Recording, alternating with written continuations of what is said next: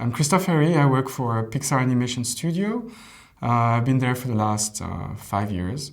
And what I do is I try to create new tools, new approaches for lighting, for shading, for illumination models, and make the process easier for artists, work in conjunction with them. And recently I worked on Finding Dory, and we made a pretty new approach for the show. The lighting and the color mood is very critical to, especially in Pixar's movie. We spend a lot of time creating this color script. I don't know if you've seen that before, but basically we try to put the beats of the story and enhance them with colors, to sustain the mood of each shot, of each sequence. So there's kind of a palette each time. And then lighting on a given shot is about focusing the attention of the audience. It's another trick in some ways to get the spectator to understand the shot better, or to understand a second meaning in a shot, to convey something on top of what's there. So it's really, it's storytelling again, and it's artistic, obviously, and so you could take different interpretation through it. So it's very iterative, like you try different things, and then at some point you settle on a given mood you want to convey. I mean, it's always a kind of a constant battle. I mean, basically the first goal is to try to get the artists to be artists, not be technicians. So we're trying to remove that tedious, like I need to put many lights to simulate bounce lighting. No, that's the part the machine can do really well.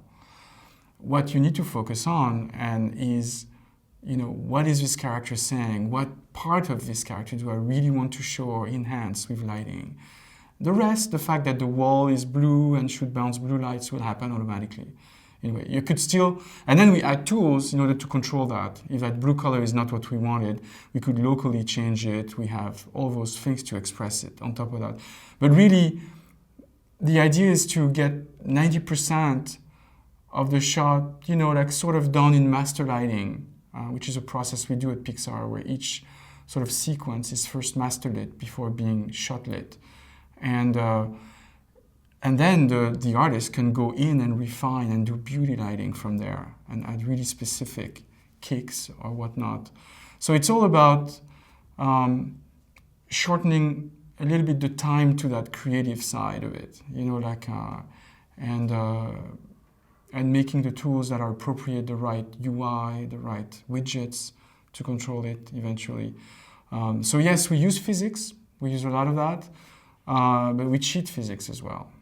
So we're not dogmatic about it, but we try to reach the right balance.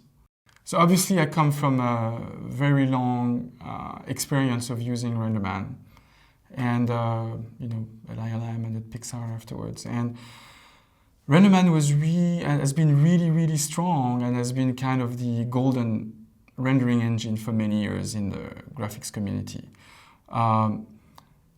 However, there are problems with RenderMan the way it existed. It's really, really hard or expensive with the old architecture of RenderMan to do reflection and refraction.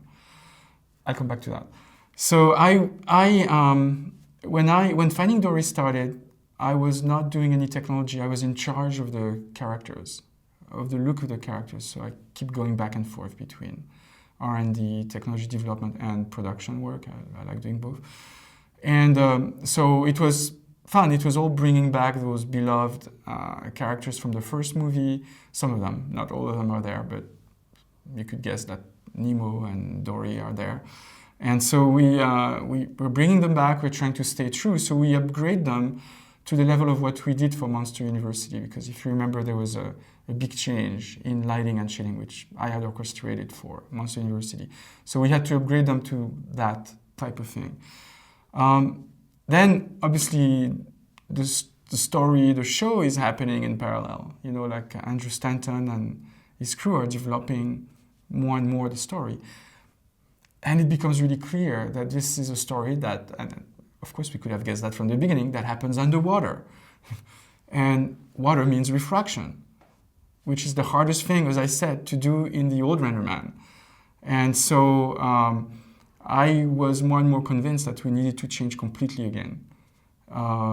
So luckily, the group in Seattle who makes RenderMan, they created a new architecture of RenderMan that they call RIS. And it's a path tracer. It's pretty technical, but it's at the root, it's trying to do ray tracing from the get-go, from the camera. It's trying to follow the paths of the lights, of the rays of light. And you know, it's iterative like that. And it's really good. This type of approach is really good for reflection and refraction. And so I was convincing the show in sort of on top of my day job, which was to do the characters, that we should shift to this approach. And in doing so, I was, again, taking the assets, the characters that we had just brought back, and converting them to this, creating shaders and approaches to light them underwater for this. It took me 6 months to convince the show that this was the right thing. But then the show decided to engage, realized that this was the right thing to do indeed. So now, what this brings is that we can do, if we wanted to, and it's still debatable, the show is still in production right now, but we can do completely photoreal water with fishes underneath and get the caustics, get all those light transports, and get the right splashes and the right behavior. So it really creates this new palette of tools that Pixar can use. In the past, for this type of effect, they would have had to cheat a lot and make many passes and try to composite them or do things to make them blend together. Now this can happen naturally. And again, you get this 90% of the shot really fast. And so then you focus on making the shot look even better. So the show has completely converted now to this. So I'm actually out of the show now because the tools are in place.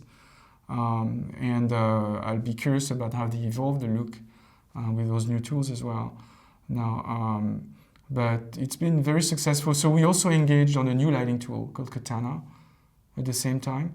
So it's another big step that we did on the show. We decided to take Katana. We took a new file format for assets that come from animation. We store them in a different, we call it USD. We're trying to open source it. And then we took this rendering engine path tracing approach as well. So those three things combined are really novel for Pixar on this. And it's all about both productivity, I would say, I mean, making the pipeline cleaner, but also about enhancing and empowering the artists. You know, they can really now, they're much more in control of every stage. For instance, of lighting, they can, when they move a light, they have immediate feedback now. They can really see what happens, even with complex light paths such as refraction, caustics, or whatnot, or subsurface scattering. And, yeah. It can change the look. It's a fine line. I mean, in this case, we're trying to stay true to the world of Finding Nemo. So, as I said, it's going to be very interesting to see what the end result will be. I mean, everybody has seen those characters. Everybody remembers those characters. So we cannot completely drastically change them. We just upgrade them. And you've seen that evolution, by the way. If you look at Toy Story 1, Toy Story 2, Toy Story 3, you know, it's the same Woody, it's the same Buzz Lightyear, but they're upgraded each time. And then Toy Story 3, and then Toy Story of Terror was using the special for TV was using the Monster University approach. And so they were again upgraded. And so it's kind of in that vein, you know. I think it will give a chance to have really rich worlds again. I mean, Nemo was amazing when it came out. You know, like all this underwater coral reefs and all the fishes they had done with all those colors were amazing. So I don't know if we can beat that, to be frank, but we're trying. And we have tools now to do it. We have more knowledge about how we can approach that. So hopefully you'll be surprised in a good way.